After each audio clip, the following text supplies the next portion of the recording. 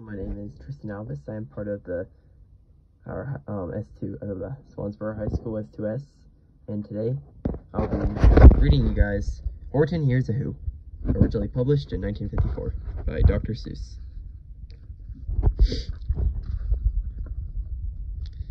On the 15th of May, in the jungle of Knoll, in the heat of the day, in the cool of the pool, he was splashing, enjoying the jungle's greatest joys, when Horton the elephant heard a small noise. So Horton stopped splashing. He looked toward the sound. That's funny, thought Horton. There's no one around.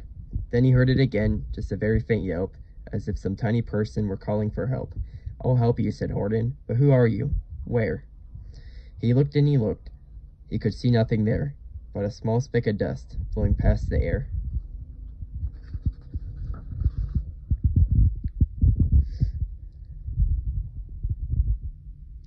I say, murmured Horton, I've never heard tell of a small speck of dust that is able to yell.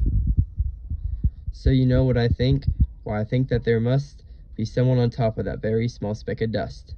Some sort of creature of very small size, too small to be seen by an elephant's eyes. Some poor little person who's shaking with fear that he'll blow in the pool. He has no way to steer. I'll just have to save him, because after all, a person's a person, no matter how small. So gently, and using the greatest care, the elephant stretched his great trunk through the air, and he lifted the dust speck and carried it over, and placed it down, safe, on a very soft clover. Humph, humphed a voice. 'Twas the sour kangaroo, and the young kangaroo in her pouch said humph too. Why, that speck is as small as the head of a pin. A person on that, why, there never has been. Believe me, said Horton, I tell you sincerely. My ears are quite keen, and I heard him quite clearly. I know there's a person down there, and what's more, quite likely there's two, even three, even four, quite likely. A family, for all that we know, a family with children just starting to grow. So please, Horton said, as a favor to me, try not to disturb them. Please let them be. I think you're a fool, laughed the sour kangaroo, and the young kangaroo in her pouch said, me too. You're the biggest blame fool in the jungle of Knoll. And the kangaroos plunged in the cool of the pool. What terrible splashing, the elephant frowned. I can't let my very small persons get drowned. I've got to protect them. I'm bigger than they. So he plucked up the clover and hustled away.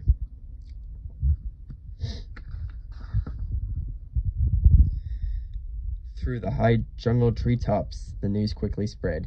He talks to a dust speck. He's out of his head.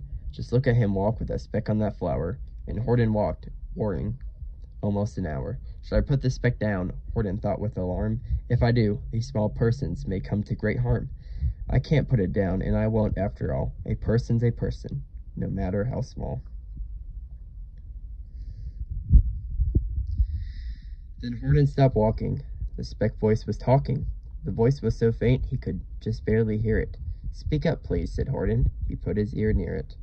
My friend, came the voice. You're a very fine friend. You've helped all us folks on this dust speck no end.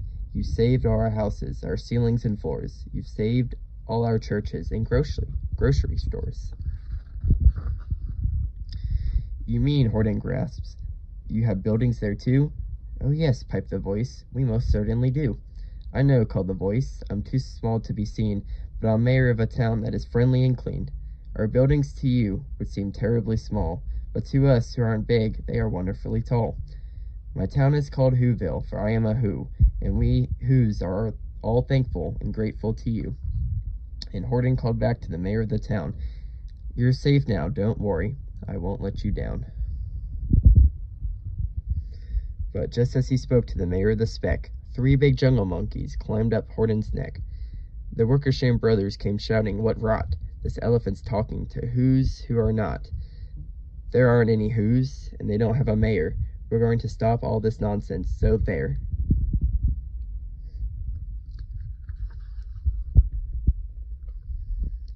They snatched Horton's clover. They carried it off to a black-bottomed eagle named Vladikoff, a mighty strong eagle, a very swift wing, and they said, "Will you kindly get rid of this thing?"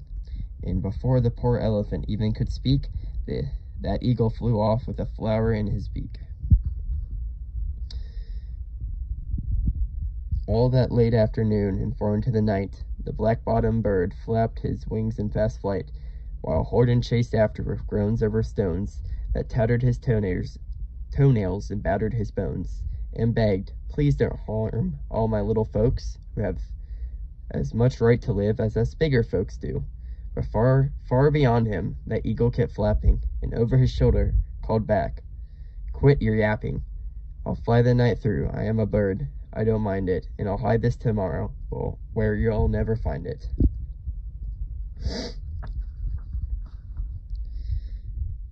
And at 6:56 the next morning he did. It sure was a terrible place that he hid it.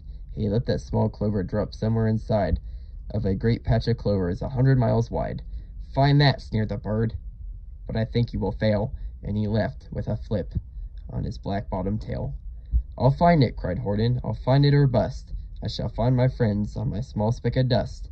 And clover by clover with care, he picked up and searched them and called, "Are you there?" But clover by clover he found that the one that he sought for was just not around.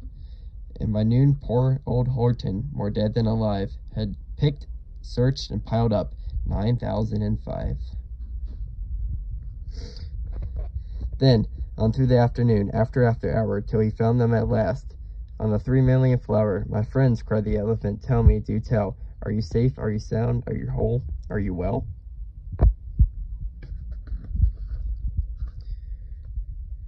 From down on the speck came the voice of the mayor. "We've really had trouble, much more than our share. When that black-bottomed birdie let go and we dropped, we landed so hard that our clocks have all stopped. Our teapots are broken, our rocking chairs smashed, and our bicycle tires all blew up when we crashed. So Horton, please," pleaded that voice of the mayor's, "will you stick by us who's while we're making repairs?" "Of course," Horton answered, "of course I will stick. I'll stick by you small folks through thin and through thick." "Humph," humphed the voice. For almost 2 days you've run wild and insisted on chatting with persons who've never existed. Such carryings on in our peaceful jungle, we've had quite enough of your bellowing bungle. And I'm here to state," snapped the big kangaroo, "that your silly nonsensical game is all through." And the young kangaroo in her pouch said, "Me too."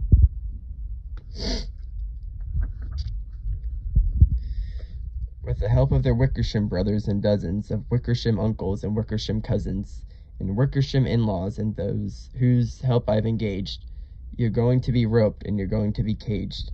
And as for your despot, ha! That we shall boil in a hot steaming kettle of bezelnut oil. "Boil it," gasped Horton.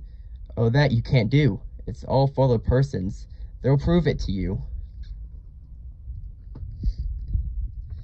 Mr. Mayor," Horton called. "Mr. Mayor, you've got to prove now that you really are there. So call a big meeting, get everyone out.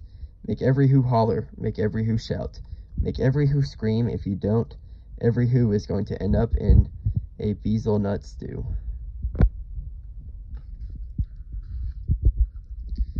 And down on the dustbin, the scared little mayor quick called a big meeting in Hoonville Town Square, and his people cried loudly. They cried out in fear, "We are here! We are here! We are here! We are here!"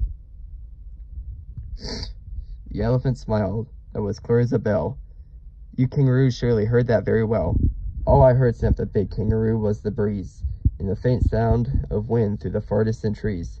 I heard no small voices, and you didn't either." And the young kangaroo in her pouch said, "Me neither." "Grab him," they shouted, "and cage the big dope. Lasso his stomach with 10 miles of rope. Tie the knots tight so he'll never shake loose. Then dunk that dumb speck in the bezelnut juice." Horton fought back with great vigor and vim, but the Wickersham gang was too many for him. They beat him, they mauled him, they started to haul him into his cage, but he managed to call to the mayor, "Don't give up, I believe in you all. A person's a person, no matter how small. And you very small persons will not have to die if you make yourselves heard. So come on now, try." The mayor grabbed a tom-tom. He started to smack it, and all over Whoville they whooped up a racket. They rattled tin kettles, they beat on brass pans. on garbage pail tops and old cranberry cans. They blew on bazookas and blasted great toots, on clarinets, oompas, and boompas and flutes.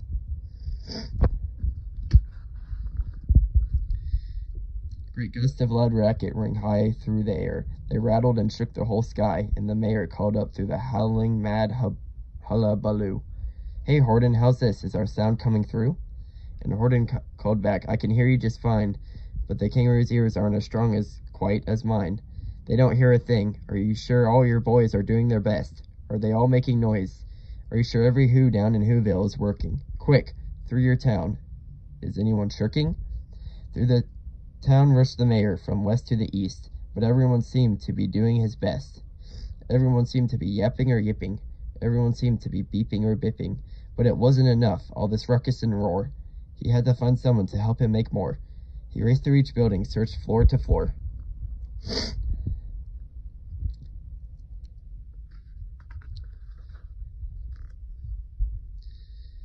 And just as he felt he was getting nowhere, and almost about to give up in despair, he suddenly burst through a door, and that mayor discovered one shirker, quite hidden away in the Fairfax apartment 12J.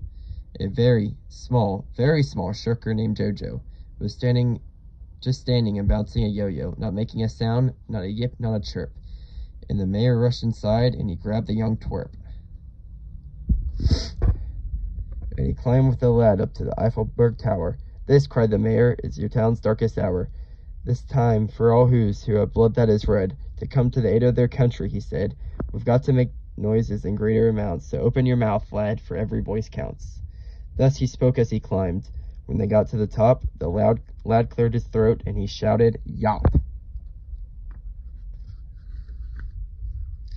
And that yop, that one small, extra yop, put it over. Finally, at last, from that speck on that clover, their voices were heard. They rang out clear and clean, and the elephant smiled. "Do you see what I mean? They've proved they are persons, no matter how small, and their whole world was saved by the smallest of all." "How true, yes, how true," said the big kangaroo. "And from now on, you know what I'm planning to do? And from now on, I'm going to protect them with you." And the young kangaroo in her pouch said,